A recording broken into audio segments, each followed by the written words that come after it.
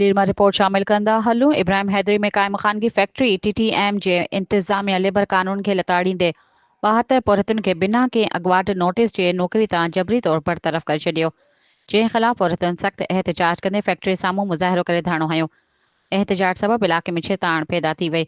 औरतुनि सुलेमान इक़बाल, मुबशर नासिर सवाती ऐं ॿियनि जी अॻवानी में फैक्ट्री इंतज़ामिया ख़िलाफ़ सख़्त नारेबाज़ी कई।